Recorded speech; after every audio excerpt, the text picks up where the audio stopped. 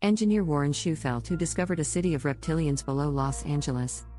In 1933, mining engineer George Warren Shufelt of Los Angeles, California, USA, stated that he had invented a revolutionary new device for exploring underground deposits of oil, gold, and other valuable resources, as well as detecting underground voids and cave systems.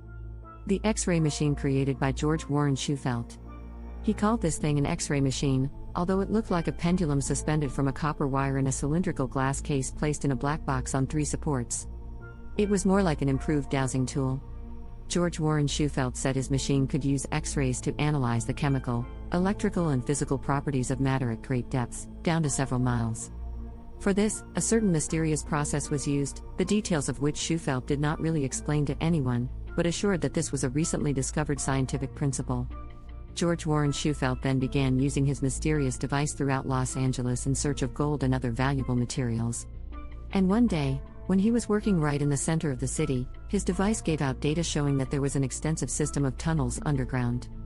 Shufelt said that these winding tunnels went all the way to the top of Mount Washington and even passed under Santa Monica Bay. And these were not just passages dug in the ground, no, Shufelt assured that it was a competently and structured labyrinth created with rooms and chambers of various sizes. And all this was of such a huge scale that, according to Schufelt's estimates, at least 5,000 people could easily be accommodated there.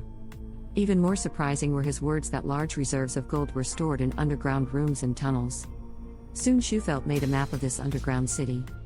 I realized that I was above a maze of tunnels, and I noted the course of the tunnels, the location of the large rooms scattered along the tunnel route, and the location of the gold deposits.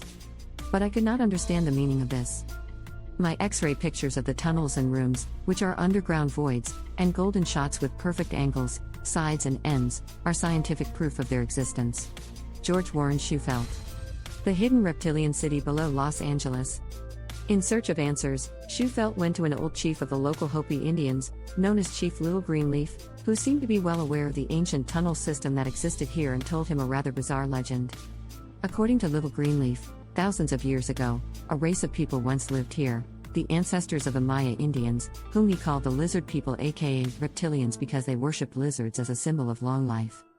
This lost civilization was extremely technologically and intellectually advanced far beyond its time. They had many inventions and mechanisms, as well as a lot of gold.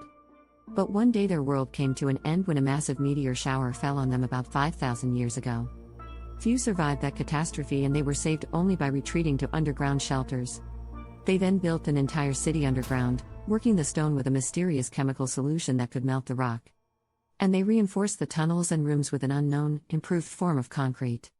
Many rooms were created as storerooms, but even more as gold stores. The lizard people were so afraid to return to the surface that they built 2 more cities underground. One was in the area of California's Mount Shasta, now a place of great UFO activity, and the location of the second is now unknown to anyone. This unknown city was the largest of the 3 and became the center of an underground civilization. In the tunnels below Los Angeles, Shufelt also discovered what he called the Key Room, which, according to Hopi legend, contained 37 huge gold slabs that contained complete records of the origins of the human race. My X-ray radio revealed the location of one of the 3 lost cities on the Pacific coast.